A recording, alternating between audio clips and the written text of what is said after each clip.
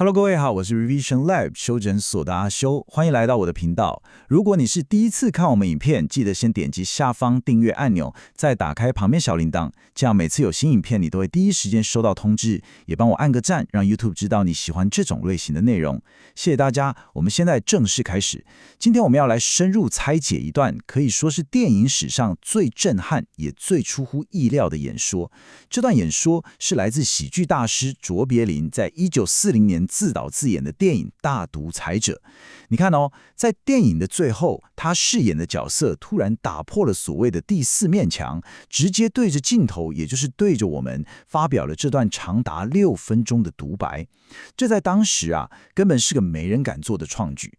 而且你会发现，他所传达的讯息，就算过了80几年，到今天依然是字字句句都直接敲在我们的心上。好，我们直接切入这段演说的开头。你看这第一句话，是不是就完全颠覆了所有人的预期？当时的剧情是这样：主角一个长得跟独裁者一模一样的犹太理发师，阴错阳差地站上了那个万众瞩目的演讲台，台下是千军万马，全世界都在等着他发表一篇鼓动战争、宣扬仇恨的狂热演说。结果他一开口，竟然是“我很抱歉，但我不想成为一个皇帝”。哇，这句话直接把整个故事的张力拉到最高点。他不是来攫取权力的，他是来否定权力的。他说他不想统治，不想征服。这在那个山雨欲来的二战前夕，当时希特勒的势力正席卷欧洲，法西斯主义甚嚣尘上。这番话根本就是对当时所有政治狂人最直接、最响亮的一记耳光。好，那抛出这颗震撼弹之后卓别林接着就好像一位非常精准的外科医生，开始解剖这个已经病入膏肓的世界。他不是只会很笼统的说世界坏掉了，不是的，他是非常精准的，一层一层的剥开，告诉我们人类社会到底是在哪个环节出了严重的问题。接下来我们就来看看他开出的这份诊断书。这张投影片总结得非常好。卓别林认为，人类的本性其实是倚靠彼此的幸福而活，而不是倚靠彼此的苦难。但我们却走错了路，而且错得离谱。首先是贪婪，它就像是一种慢性毒药，慢慢渗透了我们的灵魂，让我们永远不满足，永远想要更多，忘了知足。再来是仇恨，这常常是贪婪的副产品，它让我们筑起高墙，不管是国家的边界、种族的隔阂，还是人与人之间心理的壁垒。最后，这些贪婪跟仇恨具象化成了军国主义，也就是这个正步，把我们一步一步踢进了无尽的苦难和流血冲突里。你想想看，从过去的2次世界大战到今天依然存在的各种地缘政治冲突，背后是不是都有贪婪跟仇恨的影子？卓别林讲得非常诗意，但又很残酷。他说，这颗地球明明这么丰饶，明明可以养活每一个人，但我们却迷路了。这句话真的让人很有感触，对吧？问题从来都不是资源不够，而是分配不均，以及我们内心的迷失。接下来这一点超级重要，卓别林在这里提出了一个关于进步的深刻批判。你看这个对比，左边是我们人类引以为傲的成就，右边却是我们付出的惨痛代价。第一，我们发展的速度，飞机、高铁、网络，资讯传递的超快，但人与人之间心灵的距离却越来越远。我们把自己封闭在自己的小世界里，这不就是今天社群媒体的最佳写照吗？我们在网络上有上千个朋友，却可能跟隔壁邻居一句话都没说过。第二，机器带来了前所未有的生产力，理论上应该让我们超级富足，但实际上它却创造了更大的贫富差距，让无数人活在匮乏之中，担心失业，担心被 AI 取代。然后最讽刺的是第三个，我们的知识越来越渊博，资讯爆炸，每天滑手机，我们好像什么都知道，从乌俄战争的最新进动到哪个网红又出事了。但这些资讯轰炸真的让我们更有智慧，更懂得包容，还是更焦虑，更喜欢去酸别人，变得更愤世嫉俗呢？这就是卓别林眼中进步的悖论。我们拥有的越多，好像失去的也越多。好，问题诊断完了，那解药是什么？卓别林不是一个只会批评的愤青，他诊断完病症之后，接着就提出了他的解决方案，一个回归到最根本人性价值的处方间。这也是诊断演说我个人觉得最核心、最触动人心的部分。这句话真的应该裱框起来，挂在每个人的办公室。他说：“我们想的太多，却感受的太少。”这完全就是对前面那个知识让我们变得愤世嫉俗的回应。我们的脑袋被各种理论、数据、利弊分析给塞爆了，但我们却忘了用心去感受他人的痛苦，感受生命的美好，感受爱。所以他提出解方，我们需要的不是更厉害的机器，而是人性；不是更会算计的聪明，而是仁慈与温和。这是一个优先顺序的重置，他要把被我们摆在次要位置的情感与同理心重新放回最重要的位置。而且重点来了，卓别林把这个选择的后果讲得非常严重，这不是一个有仁慈很好，没有也没差的选择题，不是的。他说，如果没有这些品质，也就是人性、仁慈、温和，那么我们的生命最终只会导向暴力，然后所有我们珍视的东西，不管是自由、美丽还是幸福，都会全部失落。这是一个攸关人类文明存亡的警告，它等于是在说，我们文明的延续最终不是靠更强的科技或武力，而是靠我们还懂不懂得善良。为了强化他的论点，卓别林举了当时最先进的2个科技发明当例子，飞机和收音机。他说，这些发明本身其实就蕴含了人性的光辉。你想想看，飞机跨越了地理的隔阂，收音机传递了声音，它们的本质不就是要拉近人与人之间的距离吗？它们存在的目的应该是要促进普世的手足之情，促进我们所有人的团结。但现实呢？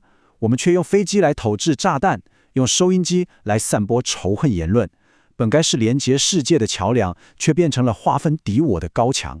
卓别林在80几年前就在提醒我们，科技是中性的，是工具，但它的真正价值完全取决于使用它的人有没有那份善良与团结的心。这点拿来看今天的网络世界，是不是也完全适用？好的，讲完了世界的病因跟解方，演说的气氛在这里出现了一个非常关键的转折。前面比较像是哲学性的思辨，带有一点忧伤的感觉。但从这里开始，卓别林要把焦点从绝望转向希望。他要告诉大家，解决这一切问题的真正力量，其实一直都在我们自己手上。他用了一个非常强烈的词 brutes， 翻译过来就是畜生、野蛮人。各位注意了，在点燃希望的火炬之前，卓别林要先我们睁大眼睛看清楚，那是把世界拖入深渊、压迫我们的人究竟是什么模样。这个提问就像是把探照灯直接打在敌人的脸上，为接下来压迫者与被压迫者之间鲜明的对比做一个最强力的铺陈。这张投影片把独裁者的样貌描写得淋漓尽致。你看他们核心思想就是控制，他们鄙视你，觉得人民是愚昧的，所以要奴役你。他们要全面地规管你的生活，从你该做什么、该想什么，甚至到你该感受什么，他们都想插手。他们把人民当成炮灰，当成达成目的的工具，就像对待牲畜一样。而卓别林给了他们一个最精辟的注解，他说这些人是 machine men with machine minds and machine hearts， 有着机器心智和机器心灵的机器人。这句话真的太狠了，他们已经失去了人性，所以才会用对待机器零件的方式来对待一个个活生生的人。在描绘完暴君的冷血之后，卓别林立刻用这句排山倒海般的呐喊来唤醒被压迫的人民。这是一个非常强力的反击。独裁者说你是机器，卓别林说你不是；独裁者说你是牲畜，卓别林说你不是。他说你是人。这不只是一个事实陈述这是一种赋权，一种尊严的重新确立。他提醒每一个人，你心中是有爱的，你不是那些只懂恨不懂爱的人。这是在告诉我们，你的本质是爱，而不是一部可以被任意操控的机器。这句话可以说是整段演说力量的核心，他直接把话挑明了，别再仰望那些高高在上的独裁者，以为力量都在他们手上，错了，大错特错。真正的力量就在你，就在每一个普通人的心里。这在那个个人崇拜达到顶峰的年代，根本是一个超级革命性的思想。那人民的力量具体是什么呢？卓别林把它拆解成了几个步骤，让它听起来不再那么抽象。首先，第一步，你要认识到所谓神的国度，那个理想世界，并不是掌握在某一个君王或某一个团体手上，而是内建在所有人的心中。这其实就是在说，创造美好世界的力量是民主的，是平等的，不是任何独裁者或精英可以垄断的。接着第二步，他说，人民才是真正有力量去创造机器、发展科技的人。最后，也是最重要的第三步，人民有力量去决定这些科技要被用来创造幸福，而不是制造苦难。当我们能做到这些，就能达到第四步，让生命成为一场自由而美丽的冒险。这是一个从认知到实践，再到最终愿景的完整蓝图。好的，在唤醒了人民内在的力量之后，演说进入了最高潮的结尾。这不再只是理念的阐述，而是一个直接、铿锵有力的行动呼吁。他要以民主之名号召所有人团结起来，采取行动。在发出总动员之前，卓别林先是犀利地揭穿了独裁者们的骗局。这是一个很常见的政治伎俩，对吧？他们靠着承诺美好的未来，给年轻人工作，给老年人保障，来骗取权力。这套剧本我们是不是很熟悉？历史上跟现代有多少政治人物都是用这种方式上台的？但卓别林一针见血地指出，他们说谎，他们永远不会兑现这些承诺，因为他们的最终目的从来就不是为了人民。你看这个结果，多么讽刺！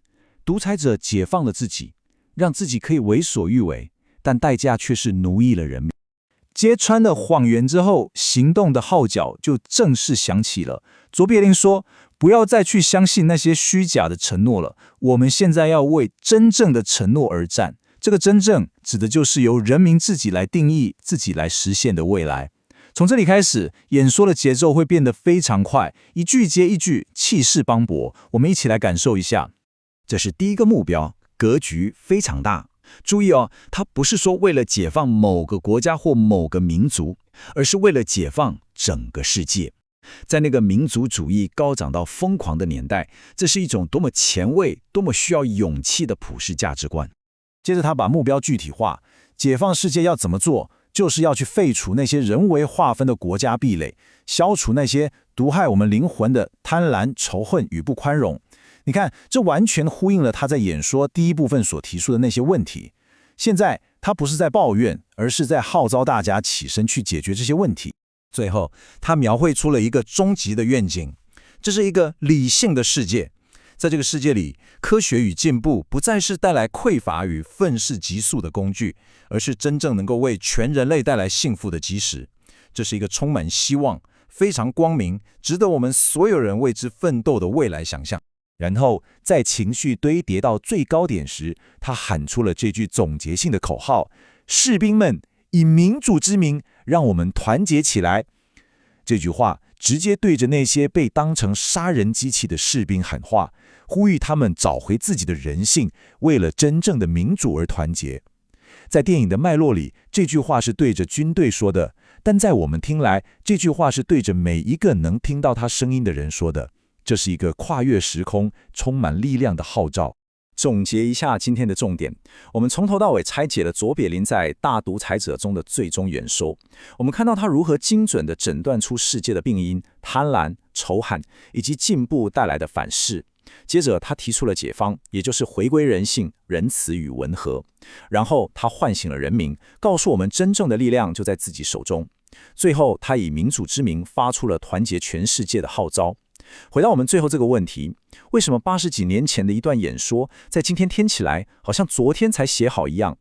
是不是因为我们今天面临的问题，像是越来越大的贫富差距、国与国之间的对立、网络上无所不在的仇恨言论，还有科技发展带来的生存焦虑，其实都跟卓别林当时观察到的问题有着惊人的相似性。这段演书或许没有给我们简单的答案，但它确实给了我们一个永恒的提醒。无论世界如何变化，最终的解放可能还是要回到我们每一个人心中最根本的善良与人性。今天的内容就到这边，如果你觉得这集有帮助，记得马上点赞加订阅加开启小铃铛，我们正在冲订阅，需要你的支持。我是阿修，我们下次见，拜拜。